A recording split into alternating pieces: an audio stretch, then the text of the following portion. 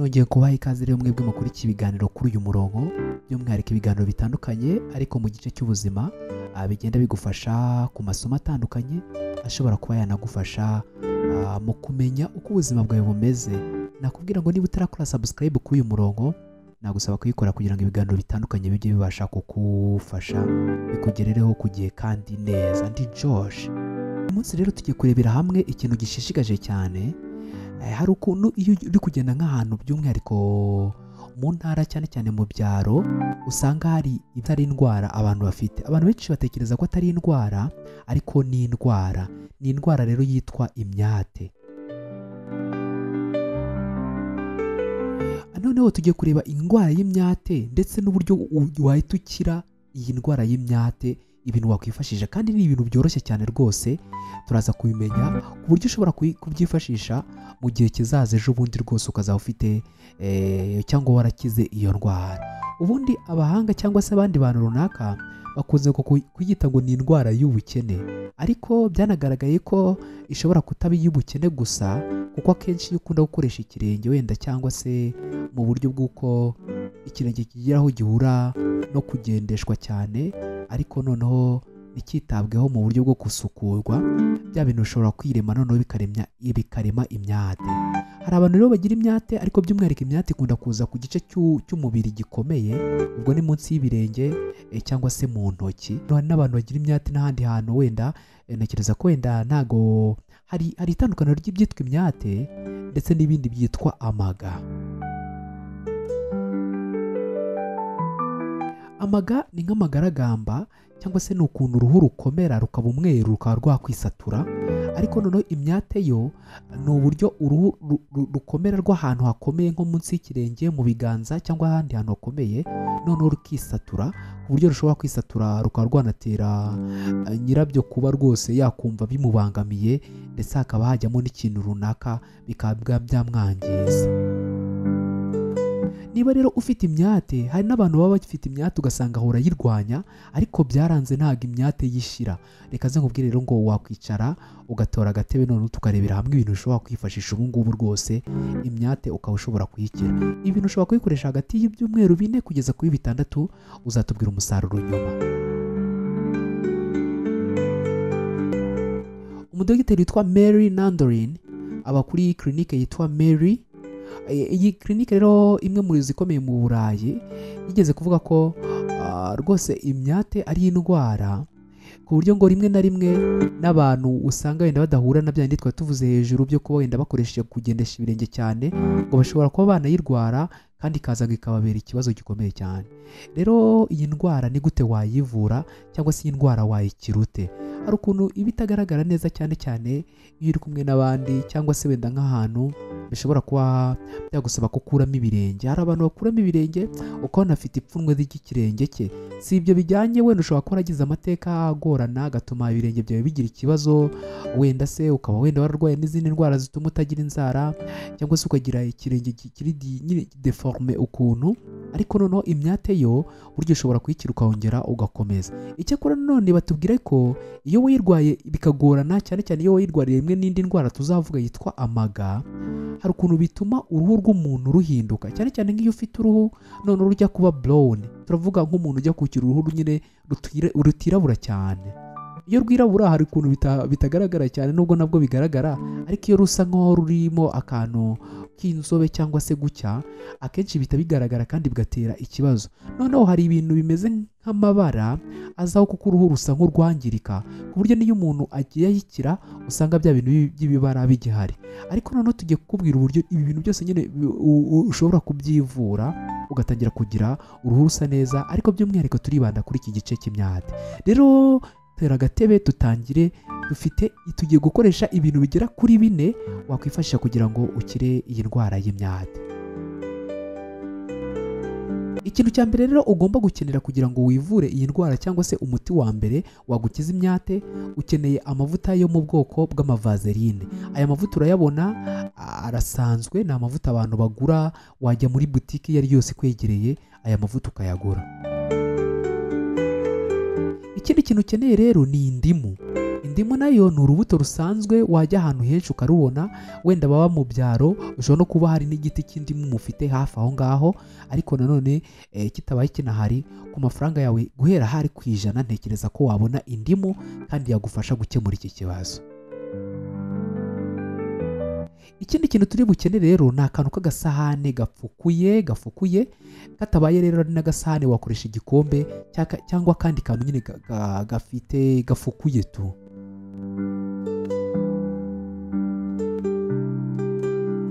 Ikindi kintu turakenera rero ni icyuma, umushyo, imbugita cyangwa umukebyo, biterwa n'akarere urabuhaga urimo, ariko icyuma cyangwa se umuhoro n'ikindi kintu cyakata muri rusange.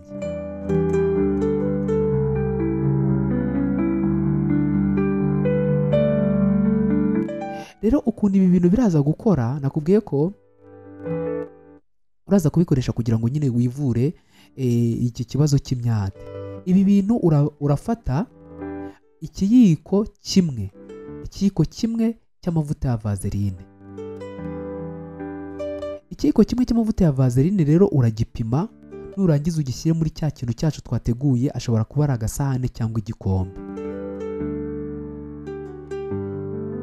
Nurangiza urafata indimu ya yindi waguze, ukamure umutobe wayo.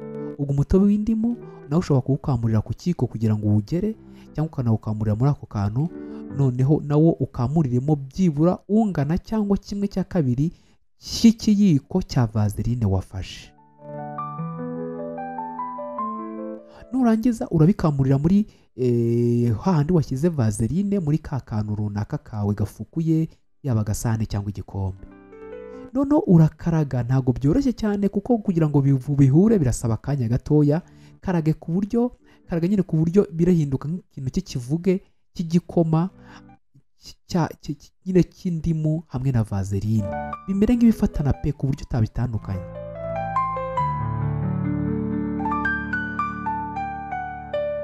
Ubwo urumva wamaze gukata indimu, uyishyira muri ka kantu ka vaseline, k'ikiyiko kimwe cya vaseline, ushyiramo ingano ingana cyangwa yikubye 2 itarenze y'icyo ngicyo wari wakoresheje cyangwa y'ayo mavuta ya vaseline.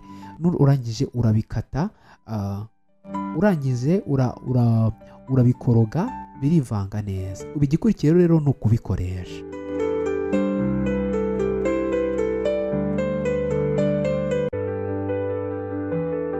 Kubikoresha rero urafata ibi bintu, nurangiza ubisige hahandi hari ikibazo. Gusa nkwibutse yuko biterwa wenda n'ingano y'imyate ufite.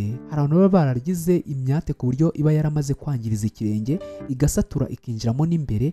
Ugomba kugira amakenga cyane, ariko niba ufite imyate iringaniye, yayindi ushobora no gukoresha akabuye cyangwa ukagira ahantu ukuba cyangwa ikintu ukura ukabona isa nk'ivaho ariko igasa nk'igorana cyane. Hari n'ukuntu abakobwa wenda aba yirwanya, ariko ugasanga buri gihe n'ubundi iraza wenda ari nk'umuntu w'igitsina gore. Kugira rero ugire ikirenge cyiza, ushobora kwikoresha ibi ngibi. Ikindi nanone bishobora kubikoresha mu gihe wenda wayikize, ariko ukaba usanga ugifite amabara n'ibirenge bikomeye.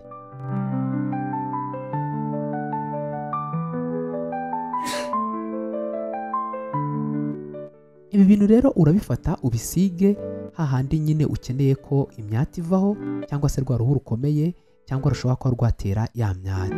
Uretse ko iki kintu ushobora no kugikoresha ku maga, gusa uyu munsi ni ku myate. Nurangiza ubikubeho, nurangiza batubwira ko byaba byiza ubikubyeho nimugoroba ugiye kuryama. Warangiza byamara kuma hagati y'iminota wenda nk'icumi kugeza kuri 30, ukambara amasogisi. Warangiza ukaryama ukazabyoga ejo. Ariko niba wenda ufite na gahunda yindi, ushobora kubikora byibura ugategereza mu gihe cy'iyo minota, ukarenza indi minota mikeya, warangiza ukabyoga. Uko ugenda ubikora kenshi rero, ngo hagati y'ibyumweru 4 kugeza kuri 6 uzatangira kubona impinduka nziza, kandi ugira ikirenge cyiza cyoroshye kandi kirinda imyate. Ushobora kuvuga uti wenda njyewe mba n'ubundi no mu kazi gatuma nongera kugira imyate, ndahinga se cyangwa se imirimo nkora ituma ngendesha ibirenge, ariko ikishoboka cyo burya wanayirinda. Nubwo nyine wajya uhora ukunda kubikora, ariko ntikuzonge ngo abantu bajye bakubona babe bakwita izina rifite aho rihuriye n'iyo ndwara urwaye, ntabwo ari byiza, ntabwo bigaragara neza cyane, ahubwo ni uburyo runaka ushobora kuba wabikoresha kugira ngo bigufashe. Wakwibaza uti se ibi bintu bigera kuri bibiri gusa, ubwo ni indimu ndetse n'amavuta yo mu bwoko bwa vaseline ugiye gukoresha kugira ngo ubivange, ibi bintu koko byamfasha koko ngakira imyate?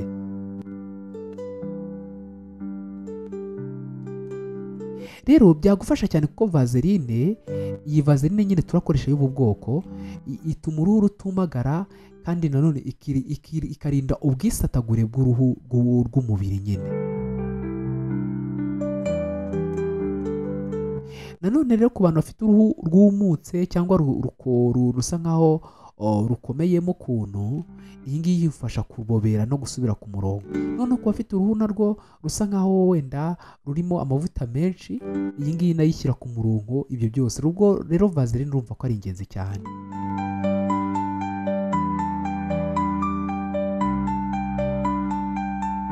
Noneho indimu rero yo ifite vitamine yitwa C. Iyi vitamine C igira rero ibituma uruhu rw'umuntu rwiyubaka, igira ibyitwa amakorogene formation, aya ngaya atuma uruhu rw'umuntu rwiyubaka.